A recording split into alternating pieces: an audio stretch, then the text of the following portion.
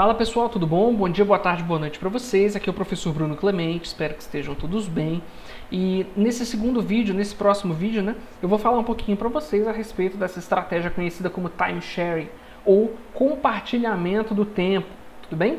E isso já começou a surgir durante a década de 1960, após o processamento em lote, é o segundo tipo de sistema que a gente está estudando nessa disciplina, e a principal diferença foi o surgimento do que a gente chama de terminais interativos. Eu vou compartilhar aqui a tela para vocês observarem esse material, embora quem está fazendo a disciplina comigo já recebeu esse material. Tudo bem? Então o que eu gostaria de mostrar para vocês é que, diferente daquele momento do mainframe, onde todo mundo produzia os cartões e juntava em lote e apenas uma pessoa ia lá e colocava isso para funcionar, agora nós temos terminais interativos. De forma exagerada, de forma para colocar uma comparação atual para vocês, imagina que cada um tivesse um teclado, um mouse e um monitor, tudo bem? Porém, não havia processador, o processamento não era executado nesses terminais. Tá certo? Quem executava então os terminais, Bruno? Muito simples. O mesmo mainframe usado na década anterior e no início dessa década de 60. Ou seja, ainda era o mainframe. Ainda era apenas um processador, ainda era apenas aquela memória. Mas, ao invés de agora executar o programa da pessoa 1 e depois o programa da pessoa 2 e depois o programa da pessoa 3, criou-se uma estratégia muito inteligente para manter o mesmo processador, manter a mesma memória, mas dar aí a ilusão, tá bom? De que 3 pessoas estavam trabalhando ao mesmo tempo.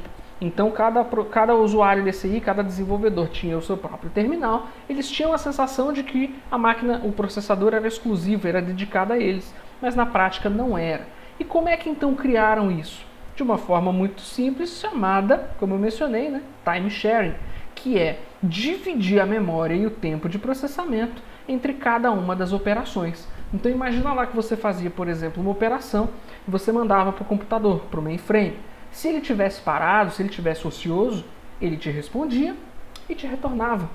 Fim, resolveu o problema.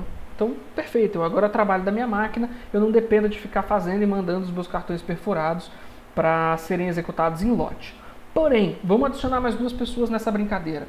Tem então, por exemplo, a Ana, o Bruno e o Caio. E todos eles estão acessando ao mesmo tempo esse processador, mas o processador é um só. Ele vai trabalhar de forma sequencial da mesma forma que no lote.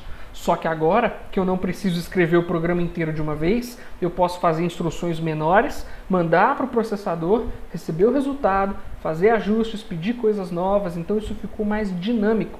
Então acontece lá, a Ana faz a solicitação dela e envia. Quando o Bruno faz a sua solicitação e envia, o Bruno aguarda.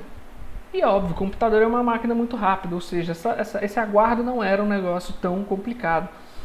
Assim que o processador terminasse de executar a instrução da Ana, ele começa a instrução do Bruno. E aí quando o Caio fizer um novo envio, ele vai executar o do Bruno. Finalizei, envio, então retorno para o Bruno e começo a processar o do Caio. Ou seja, é um sistema de alternância. No fundo, a gente continua tendo apenas um processador, porém, agora a gente tem uma divisão mais inteligente desse trabalho. A Ana acha que o processador só trabalha para ela, o Bruno também e o Caio também, mas na prática continua sendo apenas aquele mesmo mainframe. Ele só está trabalhando de uma forma mais inteligente, dividindo os recursos e alternando então esses recursos, o uso desses recursos para atender essas pessoas. Isso ajudou, óbvio, muito, beleza? Foi um processo muito significativo aí para a evolução desse sistema de computação.